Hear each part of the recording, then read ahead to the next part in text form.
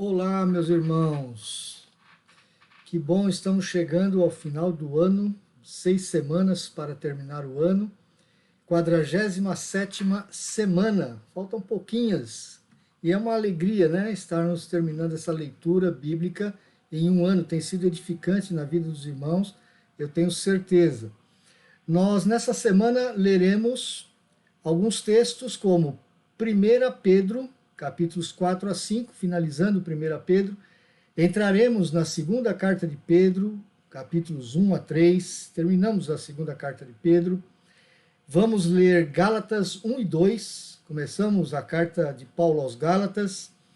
Estamos quase terminando Jeremias, capítulos 37 a 50. E vamos também ler mais alguns salmos do último livro dos Salmos, Salmo 5, o livro 5 do livro de Salmos, que nós leremos os Salmos 137 a 143. Caminhamos então. 1 Pedro, capítulos 4 a 5. O que contém a carta de Pedro? É uma carta de encorajamento aos cristãos que estão passando por sofrimento.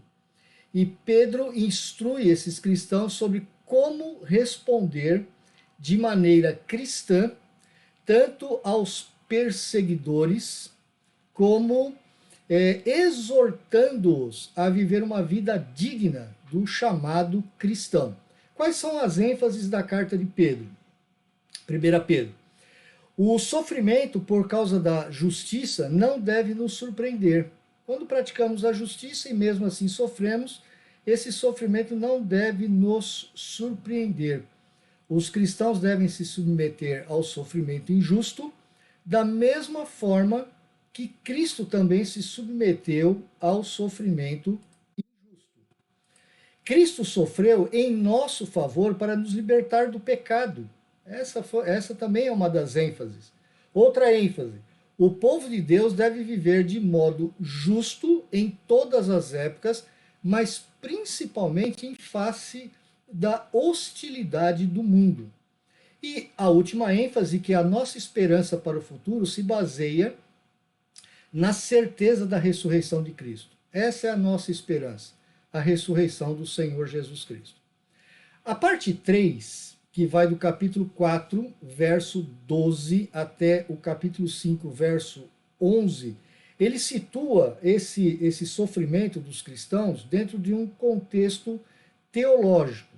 E ele vai exortar os presbíteros, né, os líderes da igreja, para que orientem os demais irmãos a dar respostas devidamente cristãs a esse sofrimento imerecido, assim como em seus relacionamentos uns com os outros.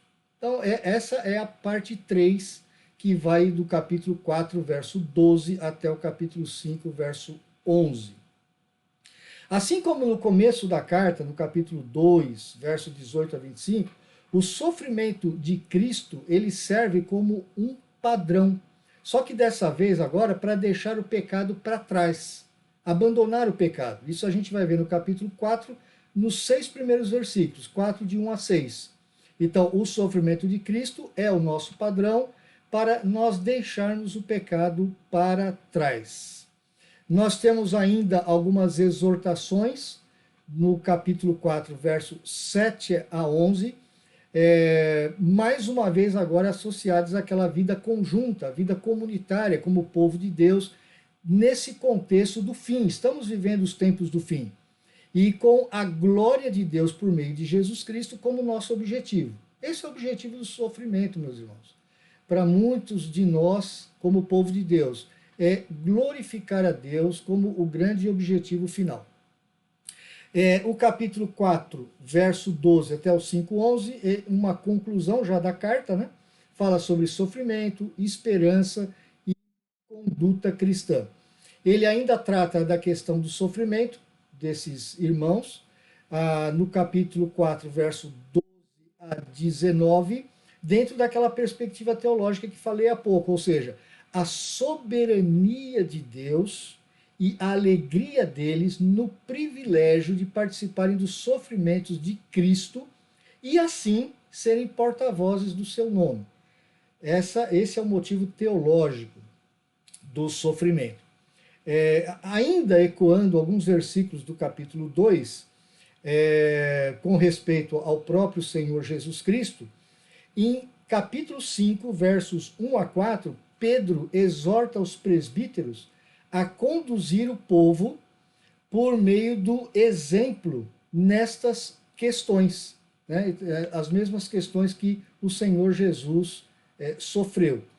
Nos versos 6 a 11, ele vai mais uma vez, né? Ele vai recorrer mais uma vez à vida comunitária dos crentes, à vida como igreja, mencionada no versículo 5, e ao seu sofrimento enquanto nós aguardamos a glória eterna do Senhor em Cristo Jesus.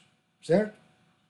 Meus irmãos, a maioria dos livros do Novo Testamento trata de como o povo de Deus deve viver em seus relacionamentos uns com os outros. E é muito importante essa carta de Pedro para a história bíblica, porque ela se concentra especialmente na questão de sermos como Cristo. De certa forma, nós repetimos, em certo aspecto, a história de Cristo na nossa reação ao sofrimento que advém da hostilidade pagã.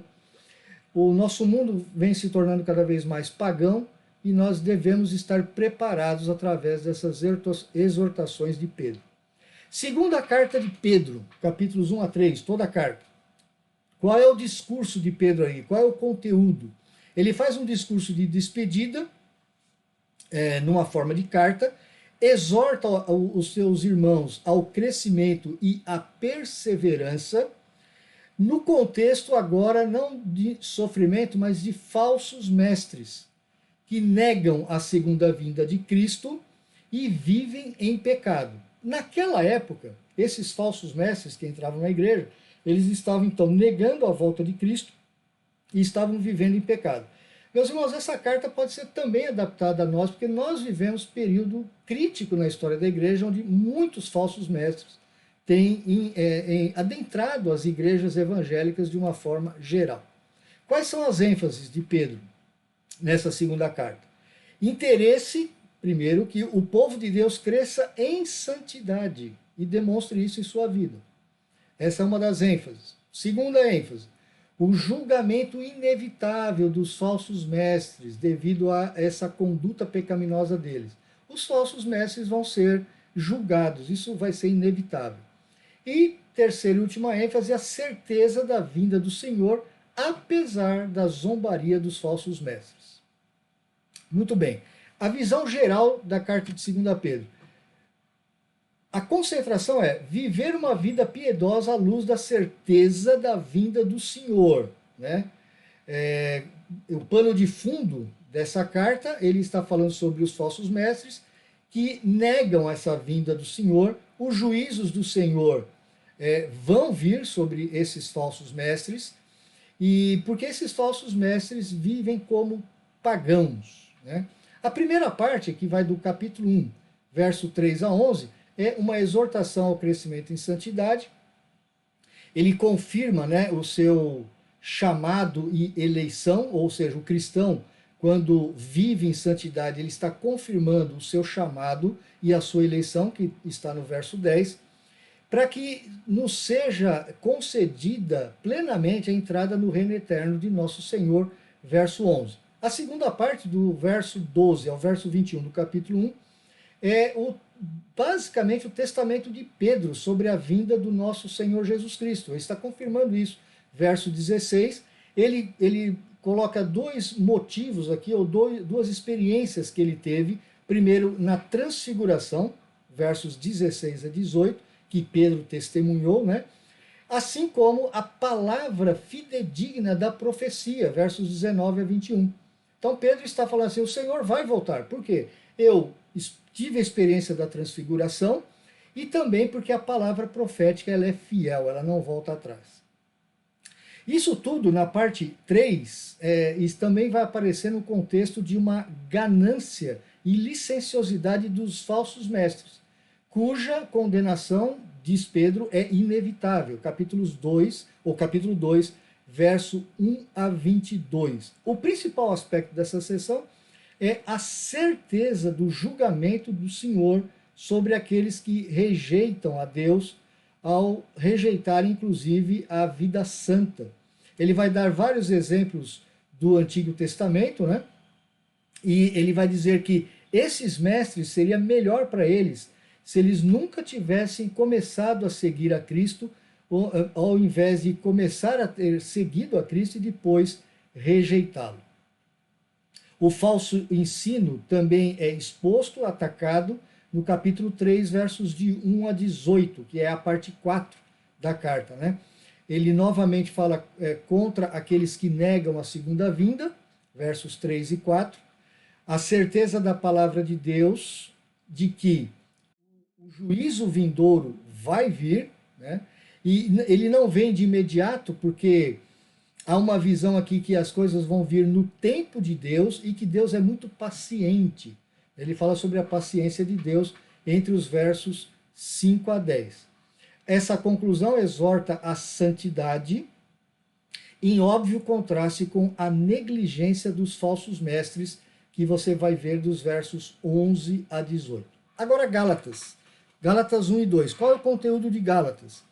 Gálatas faz uma argumentação bastante exaltada, né, com aqueles irmãos da Galácia, que eram originariamente gentios, contra alguns missionários cristãos judeus que insistem que aqueles gentios deveriam se circuncidar se eles quisessem fazer parte do povo de Deus, do povo da aliança.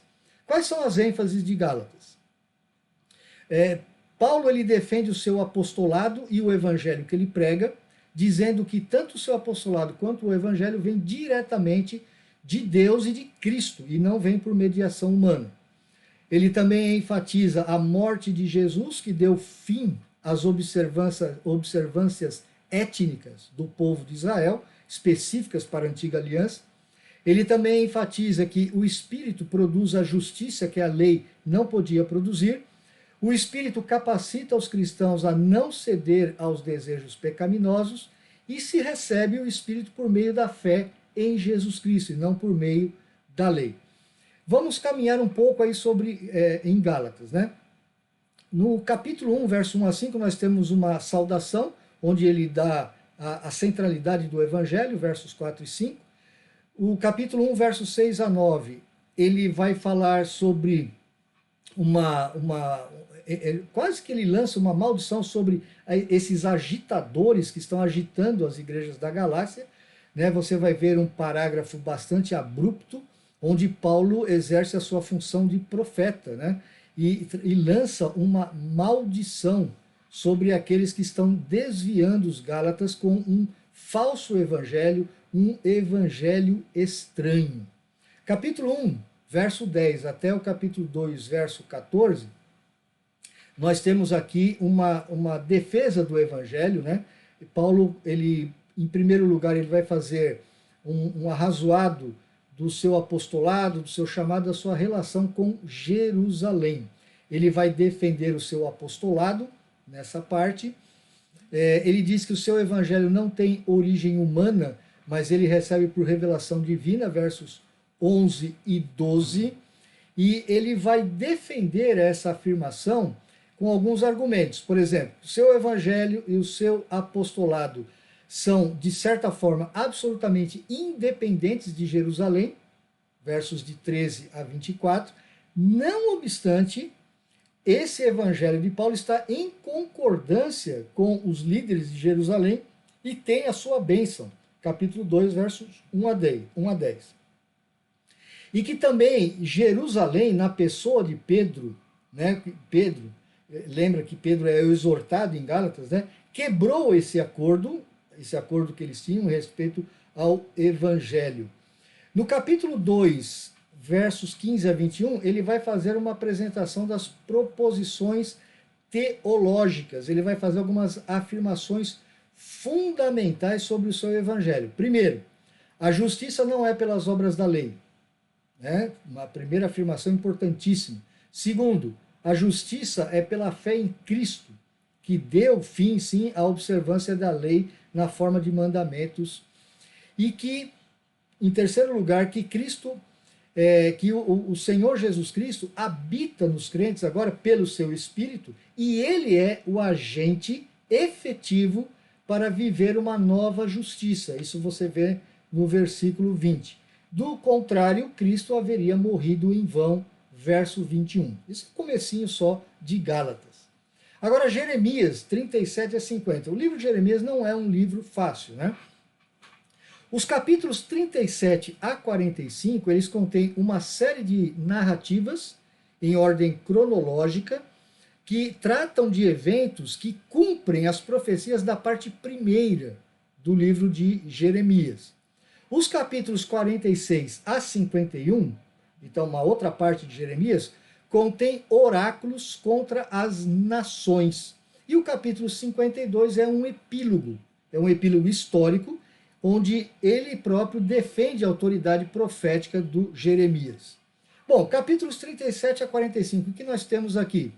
A queda e a posterior ruína de Jerusalém. Dos capítulos 37, verso 1 a 38, 28, nós temos a relação de Jeremias com a política da corte, né? O primeiro capítulo, 37, reflete a falsa esperança do rei Zedequias que ele depositava no Egito. Ele estava depositando a sua confiança no Egito de forma bastante equivocada. E também o segundo reflete, né, o segundo capítulo, o capítulo 38, reflete a política de Zedequias, que continua anti-Babilônia. Né? O Zedequias não, ele estava querendo entrar em guerra contra a Babilônia, isso no capítulo 38. Há um conflito aqui que leva Jeremias a ser jogado num poço, né? E você observa que no episódio final dessa parte, versos 14 a 28, Jeremias repete o conselho para que eles se rendam à Babilônia para que vivam, porque essa era a vontade do Senhor naquele momento. Capítulos 39 a 41, verso 15, Jeremias e a queda de Jerusalém. Essas narrativas relatam a queda de Jerusalém como uns acontecimentos bastante depreciativos e sórdidos que vão seguir a essa queda de Jerusalém. Capítulos 41 a 45, Jeremias a fuga para o Egito, né? Essas narrativas finais contêm os últimos oráculos de Jeremias aos exilados no Egito, que continuam resistindo ao Senhor. Ele vai dar uma palavra final a Baruque também. Os capítulos 46 a 51 são oráculos contra as nações. Jeremias segue uma tradição profética, né, que fala, olha, o juízo do Senhor vai vir sobre todas as nações ao redor de Jerusalém, ao redor de Judá e outras nações. Capítulo 46 fala sobre a ruína do Egito. Capítulo 47 a 49 fala sobre a ruína dos vizinhos de Judá, seus inimigos históricos, né, Filístia, Moabe, Amon, Edom, os do norte, Damasco e assim por diante. 50 a 51 você tem a ruína da Babilônia, embora o Jeremias, né, instruído pelo Senhor, ele adota uma política pró-Babilônia, quanto ao futuro imediato de Israel, ele não esconde, ele não deixa de reconhecer que o próprio destruidor, a Babilônia, haveria de ser destruído. O Senhor, nessa parte, ele é apresentado como o grande guerreiro divino, que vai empreender uma guerra santa contra os inimigos do Senhor. E assim, então, terminamos Jeremias. Agora, Salmos 137 a 143. Nós estamos naquele último livro dos Salmos, o livro 5, que vai do 107 ao 150. Essa parte final, esse livro final, é um livro muito variado, né? Tanto na forma como no conteúdo, diferente dos livros anteriores. Você tem aqui o papel central do Salmo 119, o salmo que fala sobre a palavra do Senhor, que vai ecoar, né, algumas questões lá do Salmo número 1. Tá? Então você não pode esquecer disso. Aqui nós temos algumas divisões dentro desse grupo de salmos. 110 a 118, eles começam e terminam com aqueles salmos, né, que vislumbram a renovação do reinado de Davi. Mas isso aí não é o que nós leremos nessa semana. Depois você tem do 120 ao 134, que são os cânticos dos degraus, já foi falado em outra oportunidade, né?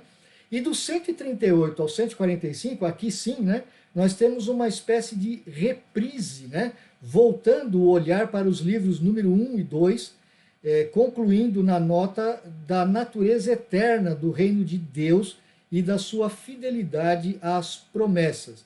Então, em todo esse livro, contém salmos que refletem a situação atual e os anseios do povo da aliança em relação ao futuro. O salmo final, o Salmo 137, né, ele lamenta a realidade do exílio, quando a peregrinação a Jerusalém já não era mais possível. O Salmo 138 a 145 é uma coleção de Davi, de salmos de Davi final. É a última parte, né? Nós temos um salmo de adoração, Salmo 138, né? Eles reconhecem a grandeza do Senhor como onisciente, sempre eterno Deus, agora já no Salmo 139. 5 orações por livramento, do Salmo 140 a 144, e um Salmo 45 que é um acróstico alfabético, né, que louva o Senhor pelos seus feitos maravilhosos e pelo seu caráter como bondade, compaixão, fidelidade e justiça. Observe também, especialmente nos versículos 11 a 13, né, que prefiguram o reino eterno do Senhor. Assim, então, terminamos a leitura da 47ª semana, lembrando aos irmãos que nós estamos aí chegando ao final de mais um ano. Louvado seja o Senhor. Deus abençoe a todos, Deus lhes dê uma semana abençoadíssima, em nome de Jesus.